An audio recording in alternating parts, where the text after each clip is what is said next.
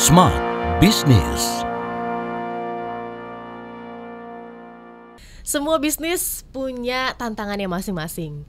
Tapi kita tahu juga ada tantangan selanjutnya, yaitu legalitas, di mana ini merupakan sesuatu hal yang penting, tapi dibilang penting juga nggak penting, tapi penting gitu kan ya.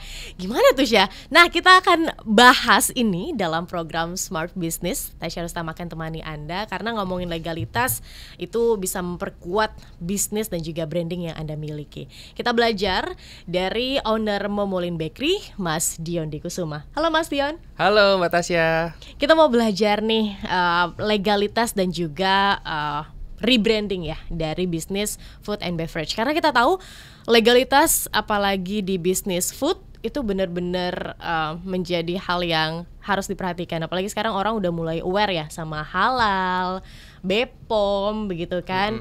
Nih dicek nomornya berapa, dicek sama customer. Nah, kalau sepengalaman Mas Dion, gimana caranya untuk bisa meng-alignkan sejalan dengan hal ini? Oke, kalau misalnya legalitas ya sebenarnya semua bisnis butuh lah ya legalitas ya. Kalau makanan sih khususnya ya, karena kita di Bekasi dan memang target utama kita misalnya orang-orang muslim nih, 80%, 90%. Halal itu kayak jadi penting banget gitu loh. Kenapa sih hal penting? Karena kan jadi orang lebih percaya, lebih trust. Ya itu yang menurut saya penting gitu ya. Nah, bagaimana legalitas itu bisa bertumbuh ya? Maksudnya ngikutin seiring dengan perkembangan bisnis ya. Ya tentunya sebelum kita bisnis kita harus tahu dulu nih legalitasnya apa. Dan sekarang juga mudah sih saya rasa ya, karena kan udah ada mungkin di Google, di ChatGPT legalitasnya apa saja yang dibutuhkan.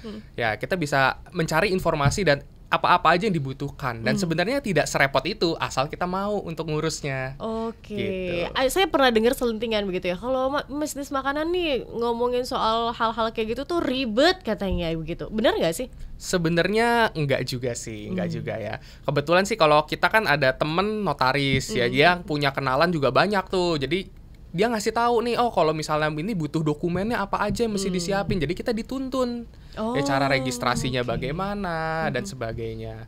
Nah, kalau kami sendiri di bisnis makanan sebenarnya yang butuh tuh PIRT ya kan. Terus juga butuh halal ya kalau memang menjual makanan yang halal. Ya sebenarnya dua itu aja sudah cukup bagus gitu, udah cukup kuat untuk UMKM lah, untuk memberikan kepercayaan kepada customer. Oke, baik.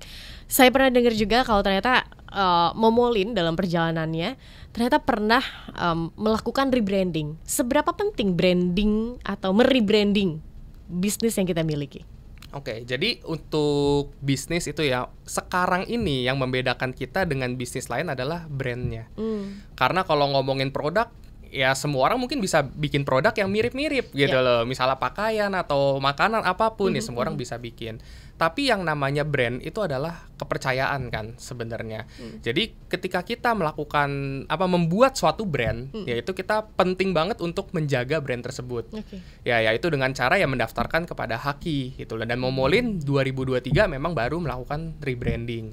Ya kita langsung daftarkan, habis itu kita langsung buat konsepnya dengan detail. Jadi brand itu sebelum dibuat, ya kalau saya lebih suka untuk membuat itu secara detail. Ini arahnya mau kemana, customernya seperti apa, gayanya seperti apa. Kita harus memperlakukan brand itu seperti orang sih, yang punya karakter, punya sifat, punya style sendiri.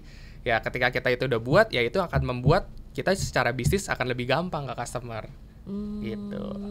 Berarti nama itu benar-benar harus difikirkan matang-matang berarti ya? Betul. Karena someday misal bisnis yang kita jalani meledak begitu kan, tapi nggak ada legalitasnya atau namanya justru diambil sama pihak lain, akan jadi persoalan ya? Betul, akan jadi pusing juga lah ya. Jadi lebih baik ya ketika baru kepikiran kayaknya nanti mau bikin brand apa.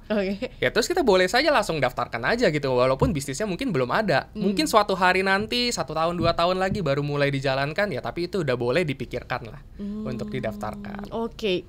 Prosesnya seperti apa tuh saat itu? Nah, kalau saya sendiri sih untuk daftarin Momolin Bakery menggunakan konsultan. Ya konsultan Haki lah, udah banyak lah di mana-mana. Dia akan bantu cekin apakah nama kita bisa dipakai atau enggak, apakah prosesnya bagaimana, ya dia akan urusin dokumen-dokumennya. Seperti itu sih. Baik. Tantangannya apa, Mas Dion? Karena gini kan, kita dari brand yang lama beralih switching ke brand yang baru begitu. Ganti nama aja tuh kayaknya udah jadi persoalan, itu apa sih gitu kan? Belum lagi kalau misalnya brandnya sudah besar. Ini kan jadi persoalan. Seperti apa kalau dari sejarah Momol ini sendiri? Oke, kalau dari Momolin sendiri, karena kan sempat cerita tuh soal pedagang, ada yang keliling, kita juga ada toko. Ya kita kasih tahu ke semua customer, kita udah ganti nama loh, kita pakai surat, kita kirimin suratnya bahwa kita melakukan rebranding. Ya dengan kita punya kedekatan dengan customer, terus juga punya database customer, kita blast semuanya ngasih tahu bahwa kita ganti nama. Ya tentunya itu akan jadi lebih aman lah gitu loh. Ya itu komunikasi intinya sih. Oke, dari brand identity-nya sendiri di dalam strukturalnya itu akan berubah nggak? Lumayan berubah banyak. Ya karena dulu kan brand ya dijalankan dengan seadanya. Tapi dengan rebranding ini adalah kesempatan kita untuk lahir kembali, untuk memberikan identitas yang baru. Ya sifatnya seperti apa, style warnanya bagaimana. Kalau ini dianggap orang, ini orangnya akan seperti apa sih gayanya. Kita pikirkan sampai seperti itu. Oke, kalau Momolin sendiri waktu itu? Momolin sendiri ya kita membuat, Momolin nih ciri khasnya apa sih? Warnanya warna ungu gitu loh, warna ungu-ungu pink gitu kan. Terus juga kita punya karakter fun. Terus kita tuh karakternya apa? Orang yang suka banget dengan family, keluarga. Nah, nanti ketika kita udah punya karakter itu, kita bisa turunkan ya ke dalam konten, ke dalam packaging, ya ke semuanya, bahkan ke sikap karyawan. Yaitu menjadi value kita yang kita berikan kepada customer. Oke, itu sebenarnya basic ya, Mas? Basic sebenarnya, cuman banyak ya tidak memperhatikan. I see, apalagi mungkin UMKM yang sekarang menjalani bisnis begitu ya. Kayak ya udahlah, yang penting jualan, produknya laku, tapi nggak tahu ternyata misalnya produknya boom, tapi nggak bisa pakai nama yang sudah dipakai di sebelum-sebelumnya begitu ya, Mas Dion. Ada nggak sih pengalaman mungkin Mas Dion punya teman-teman yang juga merasakan hal yang sama? Ada beberapa teman gitu loh, dia harus rebranding ya karena waktu itu nggak didaftarin lah nama-namanya mereka gitu loh. Mereka harus rebranding ya, tapi dengan hasil rebranding tersebut ya mereka bahkan bisa jadi lebih bagus lagi gitu loh, karena kan ketika rebranding akan dipikirkan dengan matang-matang gitu loh. Karena udah ya secara detailnya ya. Ya jadi apapun yang dihadapin ya pasti ada hikmah positifnya lah. Kapan baiknya kita mendaftarkan ini atau memikirkan yaitu tadi brand itu secara lebih detail? Sebenarnya sih ketika sebelum mulai bagus untuk dipikirkan, tapi tentunya seiring berjalannya waktu pasti akan ada evolusi dari pemikiran kita. Mungkin awalnya nih sebenarnya di Momolin saya sempat mikir kayaknya boleh deh bikin brand roti yang gayanya kayak Jepangan, agak kayak roti Jepang gitu loh, tulisannya tulisan Jepang apa. Tapi setelah disurvei ke customer ternyata kayaknya nggak cocok, gitu. Kayaknya lebih cocok kita untuk sesuatu yang lebih universal, yang ngomongin soal keluarga, anak-anak, fun. Ya udah, akhirnya kita arahnya ke sana karena kita survei ke customernya.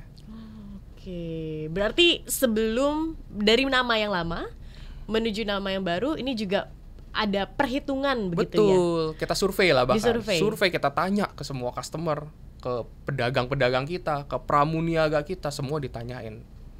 Gitu. Oke, inilah untungnya karena dekat ya dengan customer ya. Tapi kalau jauh dengan customer, kayak udah beli putus selesai, ibaratnya begitu, nggak mikirin after salesnya seperti apa, ya ini akan jadi PR begitu ya Mas Dion. Betul. Tapi ada juga temen yang kayak misalnya dia jualannya online, diteleponin customernya, ditanya gitu loh. Kalau menurut kamu, persepsi kamu kita ini seperti apa sih? Ya pokoknya disurvei lah sehingga dapat insight bahwa orang lain melihat kita tuh seperti apa. Dari situlah berangkat hingga terciptalah sebuah brand Momolin ini. Iya betul. I see. Oke, baik. Itu dia smart listeners, bagaimana kita kebuka ya legalitas dan juga brand sesimpel nama itu ternyata penting banget. Di hak itu berarti udah banyak banget ya nama-namanya. Iya. Dan kita bisa akses nggak secara Bisa mandiri? kita akses melalui website aja gitu loh, yang PDKI apa gitu. Nanti ada di websitenya, kita bisa search apakah nama ini udah ada yang pakai atau belum. Nah itu bisa cek di situ. Oke, nah silakan smart listeners mau bikin bisnis, dicek dulu namanya di Haki udah masuk belum, biar nggak jadi persoalan nanti ya.